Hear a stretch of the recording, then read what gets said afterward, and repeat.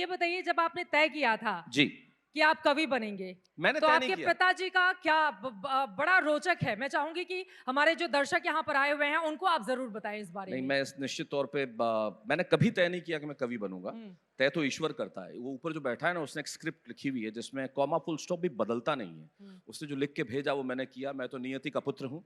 मैं जो ईश्वर ने कहा मैंने किया। मैंने तय नहीं किया था। लोग मुझे पूछते हैं कविता का शौक कैसे पैदा हुआ। मैं हमेशा कहता हूँ कि मैं ये शौक लेके ही पैदा हुआ था।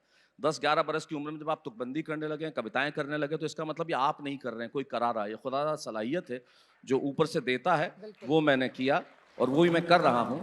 और मैं धन्यवाद देना चाहूँगा मेरे माता पिता को कि उन्होंने मुझे रोका नहीं। आजकल जो हम बच्चों को रोक देते हैं कि ऐसा मत करो, वैसा मत करो, ये करो, वो करो, तब मुझे रोका नहीं। और 11 साल की उम्र में निकर पहना हुआ शैलेश लोढ़ा, उसे एक स्कूटर पे बिठा के, वो भी उधार लिया हुआ, बिठा के सिरोही जहाँ में पढ़ता था वहाँ से 38 किलोमीटर दूर एक कस्बा है सुमेरपुर, वहाँ लेके गए और पहली कविता पढ़वाई। तो इससे बेहतर क्या हो सकता है कि उन्होंने रोका नहीं और मैंने कविता पढ़ी। अगर उन्होंने उस दिन रोक लिया होता तो आज मैं शायद आपके सामने चित्रा खड़ा नहीं होता। इसलिए मैं उनका बहुत बहुत धन्यवाद ज्ञापित करना चाहता हूँ कि उन्होंने रोका नहीं। और ईश्वर में मेरा भरपूर विश्वास है। मैं हमेशा कहता हूँ कि दुनिया जब विश्वास खो देती है ईश्वर से, तब मैं कहता हूँ, एक मेरी बात पिछले दिनों मैंने कही थी कहीं, अचानक मुझे याद आ गई। तब मैं ये कहता हूँ कि भाई आप ट्रेन में जाते हैं। हाँ। आप ट्रेन में जाते हैं और आपको पता नहीं होता कि लोको पायलट कौन है, ट्रेन कौन चला रहा है। आप अपने बर्थ पे जाके सो जाते हैं, आराम से सो जाते हैं। आप बस में जाते हैं, आपको नहीं मालूम ड्राइवर कौन है, आपने उसकी शक्ल भी नहीं देखी, आप विश्वास करते हैं, सो जाते हैं। आप एरोप्लेन में जाते हैं, हवाई जहाज में जाते हैं, पायलट को आप नहीं जानते लेकिन आप किताब पढ़ते हैं, सो जाते हैं। आप बस में जाते हैं, आप उस ड्राइवर पे विश्वास कर लेते हैं जिसे आप नहीं। जो बस चला रहा है उस पर आप विश्वास कर लेते हैं, सो जाते हैं। जो ट्रेन चला रहा है उस पर विश्वास करते हैं, अपना काम करने लगते हैं। जो हवाई जहाज चला रहा है उस पर विश्वास करते हैं। वो जो दुनिया चला रहा है उस पर विश्वास करो ना, जो पूरी दुनिया चला रहा है। क्या इससे बात बेहतर है। क्या हो सकता है। बहुत खूब, शानदार। तो मेरा पूर्णतः विश्वास ईश्वर पे है। उन्होंने जैसा कहा वैसा मैं करता चला गया। तो ईश्वर के उस विश्वास के साथ पंक्तियों का भी कुछ अरदास हो जाए यहाँ पर।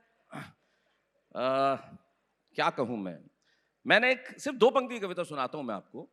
जब उस रात में सो नहीं पाया था, मैं अपनी पत्नी के साथ रेस्टोरेंट में बैठा हुआ था। पारदर्शी कांच था और बाहर 2 भूखे बच्चे थे जो सिर्फ अंदर झांक रहे थे। उनकी आंखों में जो भूख थी उससे मैंने 2 पंक्तियां लिखी। एक तरफ ये जिंदगी थी जहां अंदर बैठे और एक तरफ वो बाहर थी। तब मैंने कहा कि एक महंगे रेस्टोरेंट में बैठा पिज्जा का इंतजार करता मैं, और पारदर्शी कांच के बाहर से भीतर झांकते हुए 2 बच्चे जिनकी आंखों में सिर्फ एक रोटी की आशा है। क्या ये जिंदगी की परिभाषा है? जिंदगी बहुत अलग है। ये शान और शौकत, ये वैभव इस देश के यथार्थ का सहस्त्रांश भी नहीं है, 1000वां हिस्सा भी नहीं है। भूख, गरीबी, शोषण, वेदना, पीड़ा, वहां से निकली है जिंदगी। और मेरी जिंदगी भी वहीं से निकली, उन गांवों से। तब मैंने कहीं कहा था कि लोकल ट्रेन की भीड़ में गिरा तो उसने हाथ पकड़कर उठाया, और राशन की लाइन में खड़ा होकर भन्नाया तो उसने कंधा थपथपाया। वो हर जगह साथ मेरी दबी कुचली सहमी सी मौर है।